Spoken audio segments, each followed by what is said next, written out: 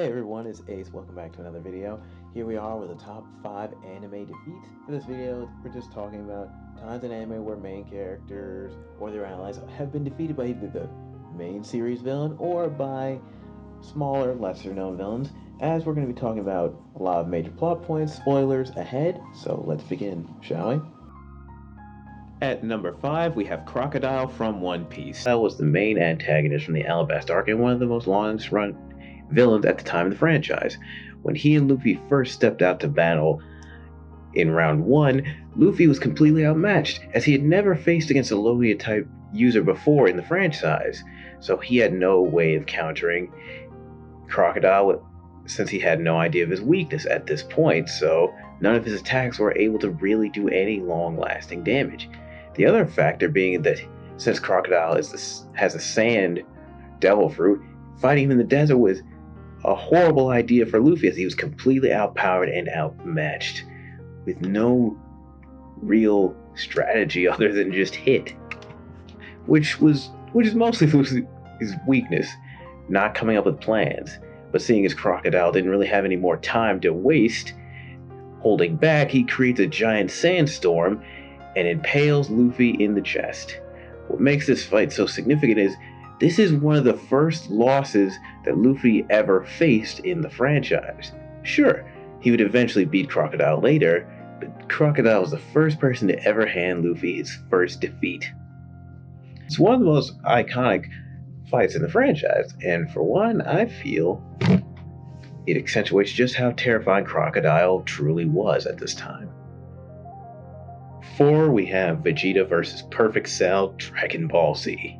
Now, the Prince of Saiyans tends to let his pride get the better of him in the worst ways. This being one of them. After allowing Cell to reach his perfect form from absorbing the androids, Vegeta still decides to take on Cell, believing he's still far outclassed him thanks to reaching the Ascended level Super Saiyan, or Super Vegeta transformation, after spending all that time in the hyperbolic time chamber. Sadly, Vegeta learns quickly that Cell was not bluffing about him becoming the ultimate life form, as Cell easily outclasses Vegeta with speed and strength.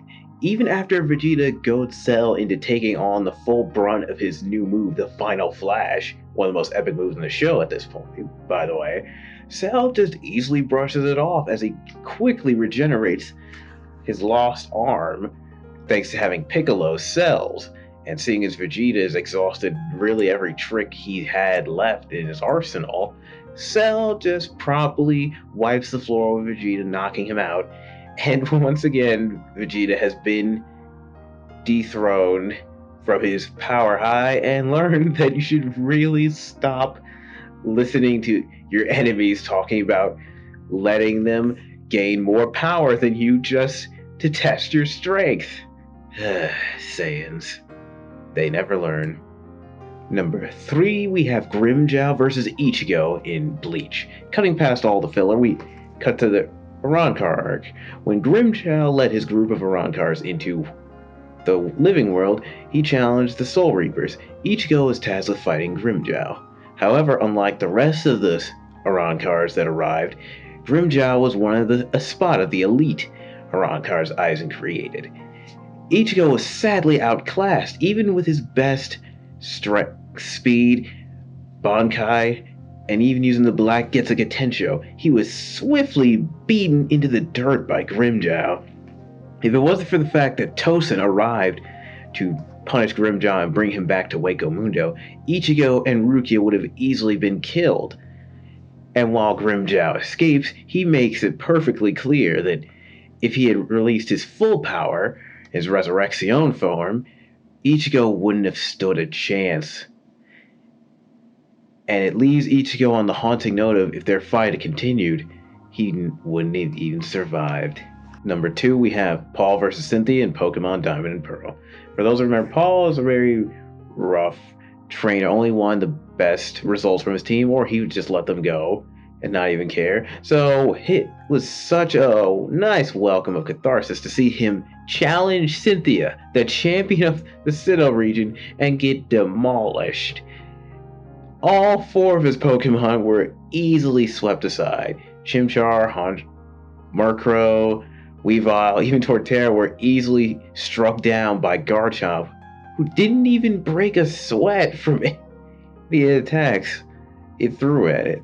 Sure, it seemed like even Torterra at least had a shot, but Cynthia easily outplayed him and wiped the floor with Paul's whole team, which was very awesome to see. Someone like Paul could take it down a peg, but it also just proves more to the point just how powerful a champion in Pokemon really is, even when they're not giving their 100% all in the battle. Finally, at number 1, we have Joey versus Merrick in the original Yu-Gi-Oh! Now, Merrick was definitely one of the best villains from this franchise, so seeing him fight the underdog, Joey Wheeler, was definitely the most mismatched fight, but also one of the best.